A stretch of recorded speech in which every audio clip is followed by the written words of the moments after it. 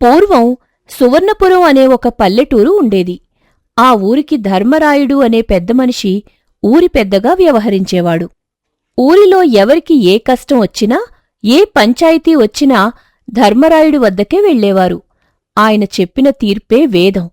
ఆయన మాట దాటే ధైర్యం ఊరిలో ఎవ్వరికీ లేదు. సాక్షాత్తు ధర్మదేవతలా ఊరి ప్రజలను కాపాడుతున్నాడని అందరూ ఆయనని పూజించేవారు. అదే ఊరిలో భద్రయ్య అనే నిరుపేద రైతు నివసించేవాడు. భద్రయ్యకు తన తండ్రి ఇచ్చిన 1 ఎకరం పొలం తప్ప వేరే ఆస్తిపాస్తులు లేవు. ఆ పొలాన్ని ఎంతో ప్రాణంగా చూసుకుంటూ పంటలు పండించేవాడు. ఒకనాడు ఊరి రచ్చబండ వద్ద పెద్ద పంచాయితీ కొలువు తీరింది. ఊరి ప్రజలందరూ అక్కడ గుమిగూడారు. ఊరి ప్రజలారా, మన సువర్ణపురం సుభిక్షంగా ఉండటమే నా జీవిత లక్ష్యం. ఎవరికి ఏ సమస్య ఉన్నా భయం లేకుండా నా ముందుకొచ్చి విన్నవించుకోవచ్చు. ఈ ధర్మారాయుడు ఉన్నంతవరకు ఏ ఒక్కరికీ అన్యాయం జరగనివ్వను. ఊరి పెద్దయ్య ధర్మారాయుడు గారికి ప్రణామాలు. మన ఊరి చెరువుగట్టు బలహీనంగా ఉంది. వచ్చే వర్షాకాలానికి నీటి తాకిడి ఎక్కువైతే కట్ట తెగి పొలాలు మునిగిపోయే ప్రమాదం ఉంది.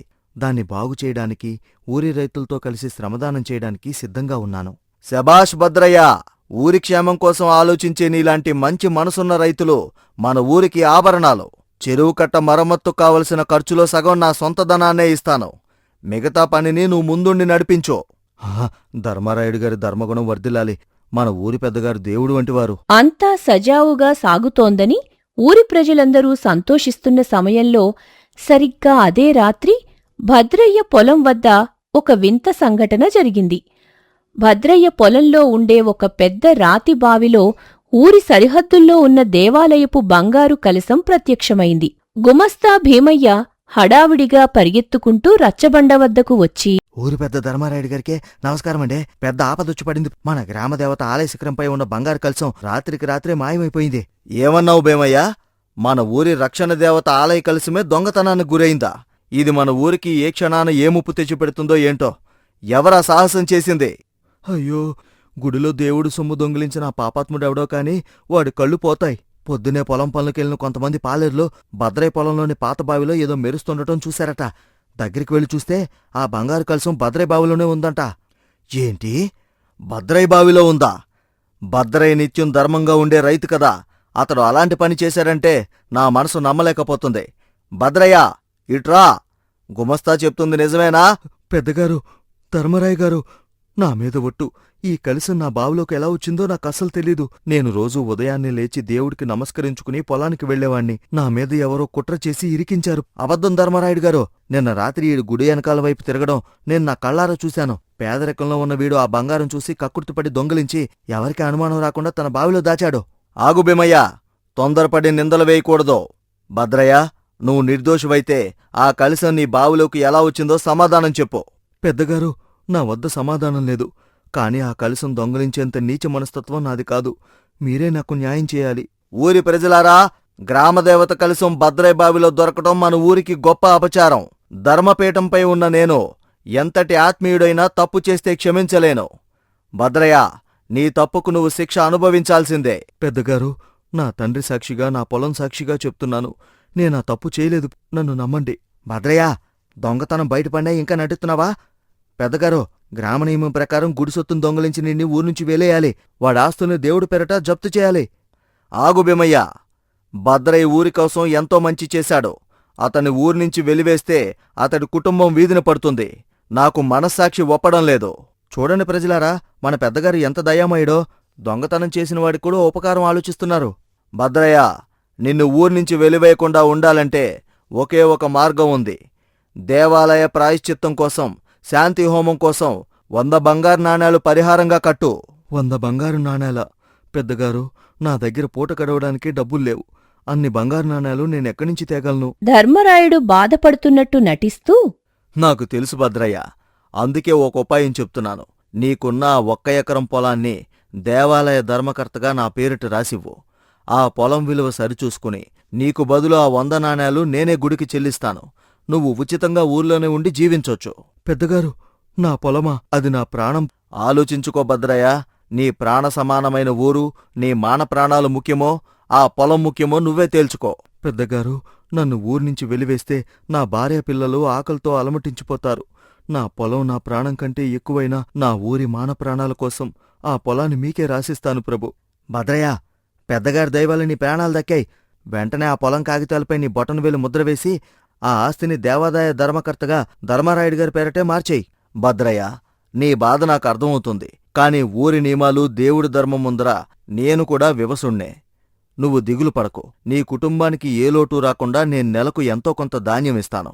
పెద్దగారు, నా పొలం పోయినా నా నిజాయితీ పోలేదు.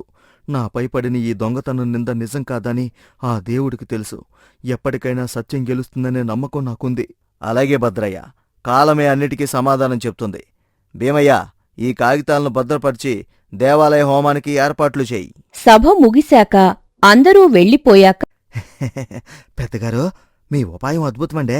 ఊరంతా మిమ్మల్ని మహానుభావుల్లో చూశారు. పైగా రూపాయి ఖర్చు లేకుండా ఆ భద్రే సారవంతమైన పొలం మీ చేతికొచ్చేసింది. ధర్మరాయుడు గొంతు మార్చి పకపకా నవ్వుతూ, చూశావా భీమయ్య, మంచివాడు ముసుగు వేసుకుంటే లోకం ఎలా నమ్ముతుందో. ఆ భద్రయ్య పొలంలో ఉన్న బంగారు నాణేల లంకె బిందెల సంగతి ఆ అమాయకుడికి తెలీదు. ఆ రహస్యం తెలిసే ఆ కలశాన్ని రాత్రికి రాత్రే వాడి బావిలో వేయించి ఈ నాటకం ఆడాను. మీ బుద్ధికి మీ సమయస్ఫూర్తికి దండమయ్య గారు. కాని ఆ బావిలో ఉన్న బంగారు నాణేల బిందును ఎప్పుడు బయటికి తీద్దాం? తొందరపడక భీమయ్య. ఆ పొలం చుట్టూ ముళ్ళకంచె వేయించి రహస్యంగా అమావాస్య రోజు రాత్రి ఆ బిందెను తవ్వి తీద్దాం. భద్రయ్య రాత్రివేళ దివానం వెనుకవైపు నడుస్తూ గొణుక్కుంటూ, అయ్యో దేవుడా, ఏ తప్పు చేయి నాపై ఇంతటి పెద్ద నింద పడింది. పొలం కూడా పోయింది. ఈ రాత్రి దివాణంలో దీపం వెలుగుతుంది. గుమస్తా భీమయ్య ఇంకా మహారాజుగారి దగ్గరే ఉన్నాడా? భీమయ్య, ఆ భద్రయ్య ఎంత అమాయకుడో చూశావు కదా. నిజంగానే కలశం దొంగతనం జరిగిందనుకుని తన పొలాన్ని నాకు రాసిచ్చేశాడు. అవును పెద్దగారో, అసలు ఆ కలశాన్ని దేవుడి గురించి తీసి రాత్రికి రాత్రే భద్రయ్య బావిలో వేసింది మేమే అని ఆ పిచ్చివాడికి ఎలా తెలుస్తుందిలే? ఊరు జనాలు నన్ను దేవుళ్లా పూజిస్తున్నారు భీమయ్య. ఈ మంచి ముసుగున్నంతవరకు నేనేం చేసినా చెల్లుతుంది. ఆ పొలం కిందున్న పాతకాలపు లంకెబిందె నా చేతికొస్తే నేను ఈ ప్రాంతానికే మహారాజునైపోతాను. కాని పెద్దగారు, ఆ లంకెబిందును ఎప్పుడు బయటికి తెద్దాం? ఊరి జనాలకు అనుమానం రాదు కదా. రేపు అమావాస్య రోజు రాత్రి ఊరంతా నిద్రపోయాక మన నమ్మకస్తులైన 3 మనుషుల్ని తీసుకెళ్లి ఆ బావి పక్కనున్న నేలను తవ్వి బిందెను బయటికి తీద్దాం. ఆ తర్వాత ఆ పొలాన్ని చదును చేసి పారేద్దాం. అర్రరే, ఎంతటి రాక్షసుడు ఈ ధర్మారాయుడు! ఊరి ముందర ధర్మాత్ముళ్లా నటిస్తూ ముసుగులో ఇంతటి అన్యాయం చేస్తున్నాడా? నా పొలం కోసం, లంకెబిందె కోసం నాపై దొంగతనం నింద మోపాడా? ఆగు ధర్మారాయుడు, నీ మంచి ముసుగుని ఊరి ప్రజల ముందే లాగి పారేస్తాను. అమావాస్య రాత్రి నువ్వు తవ్వే గోతిలో నిన్నే పడేస్తాను. రాములు, తలుపుతీ, చాలా ముఖ్యమైన విషయం మాట్లాడాలి. రే భద్రయ్య, ఈ అర్ధరాత్రి వేళ ఎలా వచ్చావేంట్రా? పొలం పోయిందనే బాధలో నిద్రపట్టడం లేదా నీకు? రాములు, నా పొలం పోయినందుకు కాదు, మన ఊర్ని ఏలుతున్నది దేవుడు కాదు, ధర్మాత్ముడి ముసుగులో ఉన్న రాక్షసుడని తెలిసింది. గుడి కలసం దొంగలించింది, నా బావిలో వేసింది ఆ ధర్మారాయుడే. ఏమంటున్నావురా భద్రయ్య? ఊరి పెద్ద ధర్మారాయుడు గారా? ఆయన అంతటి నీచమైన పని చేస్తారా? నీకేమైనా పిచ్చి పట్టిందా ఏమిటి? నిజం రాములు, నా పొలం కిందున్న లంకెబిందె కోసమే ఆయన కుట్ర పన్నాడని స్వయంగా ఆయన నోట్నుంచే విన్నాను. రేపు అమావాస్య రాత్రి రహస్యంగా ఆ బిందెను తవ్వడానికి పొలానికొస్తున్నాడు. ఎంతటి ఘోరం! ఊరి ప్రజలందర్నీ ఎంతగా మోసం చేస్తున్నాడు. మరిప్పుడు మనం ఏం చేద్దాం భద్రయ్య? రాజభవనానికి వెళ్లి రాజుగారి సైన్యానికి చెప్దామా? లేదు రాములు, రాజుగారి సైన్యం రావడానికి సమయం పడుతుంది. ఈలోగా వాడు ఆధారాలు లేకుండా చేస్తాడు. మన ఊరి ప్రజల ముందే వాడి ముసుగుని తొలగించాలి. నా దగ్గర ఒక ఉపాయం ఉంది. ఎలాంటి ఉపాయం భద్రయ్య? రేపు సాయంత్రం నువ్వు మన ఊరి యువకులందర్నీ, ముఖ్యమైన రైతులను రహస్యంగా కలువు. అమావాస్య రాత్రి ధర్మారాయుడు పొలంలో తవ్వకాలు మొదలుపెట్టగానే మన ఊరి ప్రజలందర్నీ అక్కడికి రమ్మని చెప్పు. వాణ్ణి సజీవంగా పట్టుకుందాం. శభాష్ భద్రయ్య, నీ ఉపాయం అద్భుతం. ఊరి ప్రజలందరూ ఆ ధర్మాత్ముడి అసలు స్వరూపం తెలుసుకుని తీరాల్సిందే. భీమయ్య, అందరూ గుణపాలు పార్లు తీసుకొచ్చారా? ఊర్లో ఎవరైనా చూశారా ఏంటి? లేదండి పెద్దగారో, ఊరంతా గాఢ నిద్రలో ఉంది. అమావాస్య చీకటి వల్ల చేయి చేస్తే చేయి కూడా కనిపించటం లేదు. మన నమ్మకస్తులైన 4 పాలేరులను మాత్రమే వెంట తీసుకొచ్చాను. చాలా బావుంది భీమయ్య. ఈ పాత బావి పక్కనే ఆ లంకెబిందె ఉందని నా యంత్రశాస్త్రం చెప్తోంది. ఆలస్యం చేయకుండా తవ్వడం మొదలుపెట్టండి. పెద్దగారో, మట్టి చాలా గట్టిగా ఉందండే. దీపాలు వెలిగితే ఊరు పొలాల వైపు వెలుగు కనిపిస్తుంది కదా. వద్దురా అజ్ఞాని, దీపం వెలిగిస్తే ఎవరైనా చూస్తారు. చిన్న దివిటి వెలుగులో త్వరగా తవ్వండి. లోపలున్న బంగారు నాణేల బిందె దక్కగానే మనం ఇక్కడ్నుంచి ఖాళీ చేసేద్దాం. గుమస్తా భీమయ్య కొద్దిసేపటి తర్వాత లోపలి నుంచి, పెద్దయ్యగారు, గుణపానికేదో గట్టిగా తగిలిందండే. పెద్ద రాతి బిందెలాంటిదే తగులుతోంది. ఆహా! భీమయ్య, జాగ్రత్తగా తవ్వండి. ఆ బంగారు నాణేలు నా సొంతం. ఈ పొలం నాది, ఈ బంగారం నాది. ఆ భద్రయ్యగాడు పిచ్చివాళ్ళ ఊరు బయట ఏడుస్తూ ఉండిపోవాల్సిందే. రాములు దూరం నుంచి చెట్టుచాటును చూస్తూ చిన్న గొంతుతో, భద్రయ్య, చూశావా? వాడు బిందును బయటికి తీశాడు. ఇక మనం ఊరి జనాలను పిలుచుకుని రావచ్చు. ఆగురాములు, వాడా బిందును చేతిలోకి తీసుకోనివ్వు. బంగారంతో సహా దొరికితే వాడు ఎంతటి అబద్ధం చెప్పినా ఊరి జనాలు నమ్మరు. నువ్వు వెంటనే వెళ్లి దివిటీలతో ఊరి జనమందరినీ తీసుకురా. ధర్మరాయుడు బిందెను చేతిలోకి తీసుకుని సంతోషంతో, భీమయ్య, లంకె బిందు చేతికొచ్చింది. ఈ బంగారమంతా మందే. అవును పెద్దగారు, మీ ఉపాయం పారింది. ఆ భద్రయ్యను దొంగగా నిలబెట్టి రూపాయి ఖర్చు లేకుండా ఈ నిధిని దక్కించుకున్నాము. సరిగ్గా ఆ క్షణంలో నలువైపులా దివిటీల వెలుగులు ప్రకాశించాయి. ఊరి ప్రజలందరూ రాములు భద్రయ్యల వెనక కర్రలు పట్టుకుని వచ్చి ధర్మరాయుడిని చుట్టుముట్టారు. ఆహా! ఏంటిది? మన ఊరి పెద్ద ధర్మారాయుడు గారు ఈ అర్ధరాత్రి వేళ ధర్మయ్య పొలంలో మట్టి తవ్వుతున్నారా? చేతిలో ఆ బిందేమిటి? ఊరి ప్రజలారా, కళ్ళు తెరిచి చూడండి. మన ఊరిని ఏలుతున్నది ధర్మాత్ముడు కాదు, మంచితనమనే ముసుగు వేసుకున్న పెద్ద రాక్షసుడు. ధర్మరాయుడు కంగారుగా బిందెను వెనుక దాస్తూ వణుకుతున్న గొంతుతో, ఏయ్ రాములు, భద్రయ్య, ఎంతటి సాహసం మీకు? ఊరి పెద్దనాయన నాపై నిందలు వేస్తారా? నేను దేవుడి శాంతి హోమం కోసం ఈ పొలంలో పూజలు చేయడానికొచ్చాను. ఆపండి ధర్మారాయుడు గారు మీ నాటకాలు. హోమం చేసేవారు అర్ధరాత్రి దివిటీలు ఆర్పేసి గుణపాలతో నేల తవ్వి లంకెబిందులు బయటికి తీస్తారా? లేదండి, అదేంటంటే అది ఊరి ప్రజలారా, గుడిలోని బంగారు కలశాన్ని దొంగిలించి నా బావిలో పడేసింది ఈ ధర్మారాయుడే. ఈ పొలంలో ఉన్న లంకెబిందును దక్కించుకోవడానికి నాపై దొంగతనం నిందమోపి నా పొలాన్ని లాక్కున్నాడు. ధర్మారాయుడు గారు, భద్రయ్య చెప్తుంది నిజమేనా? దేవుడి కలశాన్ని మీరేనా దొంగిలించింది? నిన్ను దేవుళ్లా పూజించినందుకు మమ్మల్ని అందరినీ ఎంత మోసం చేశావు? ఊరి జనాలరా, ఈ నిరుపేద భద్రయ్య చెప్పే అబద్ధాలు నమ్ముతారా? ఈ ఊరికి నేను చేసిన సేవలను మర్చిపోయారా? నా చేతిలో ఉన్నది దేవాలయ పూజా ద్రవ్యం. చూడండి ప్రజలారా, ఇందులో ఉన్నది పూజా ద్రవ్యమా లేక పాతకాలపు బంగారు నాణేలా? ఈ ధర్మారాయుడు ఆశకు అంతమే లేకుండా పోయింది. ధర్మారాయుడు, ఇకపై నీ నకిలీ ముసుగును తీసేయ్. నువ్వు గుమస్తా భీమయ్యతో మాట్లాడిన ప్రతి మాట నేను సొంతంగా నా చెవులారా విన్నాను. అమావాస్య రాత్రి తవ్వకాలు జరిపి నిధిని ఎత్తుకెళ్దామని పథకం వేసింది నువ్వే కదా? భద్రయ్య, నన్ను క్షమించు. అంతా ఈ ధర్మరాయుడు గారే చేయించారు. గుడి కలసం దొంగలించి నీ బావిలో వేయమని నాకు ఆజ్ఞాపించింది కూడా ఈయనే. నాకేమీ తెలీదు. ఎంతటి ఘోరం! ఊరి పెద్దగా ఉంటూ దేవుడి సొత్తుకే కన్నం వేస్తావా? నిన్ను ఊర్నుంచి తరిమి కొట్టాలి.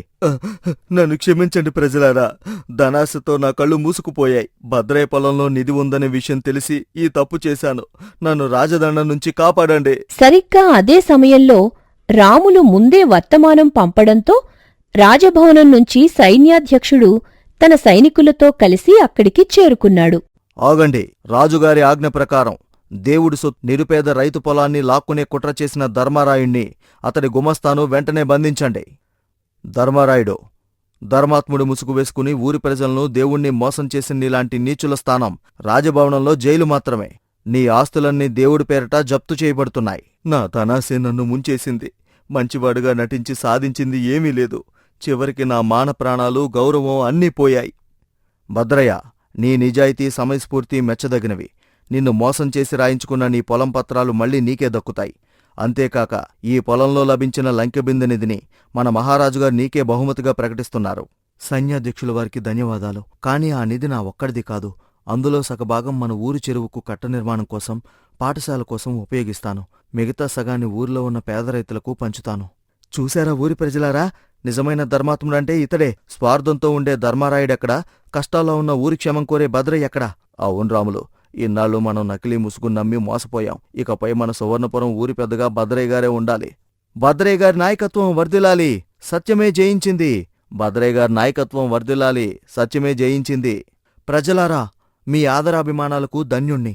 ధర్మం, నిజాయితీ ఉన్న చోట ఎప్పటికీ అన్యాయం నిలవదు. మనమందరం కలిసికట్టుగా మన ఊర్ని సుభిక్షంగా ఉంచుకుందాం. పాపం పండక మానదు. మంచివాడి ముసుగు వేసుకుని ఎంత పెద్ద అన్యాయం చేసినా ఏదో ఒకరోజు సత్యం బయటపడి తీరుతుంది. మోసంతో సాధించినది ఎప్పటికీ శాశ్వతంగా నిలవదు.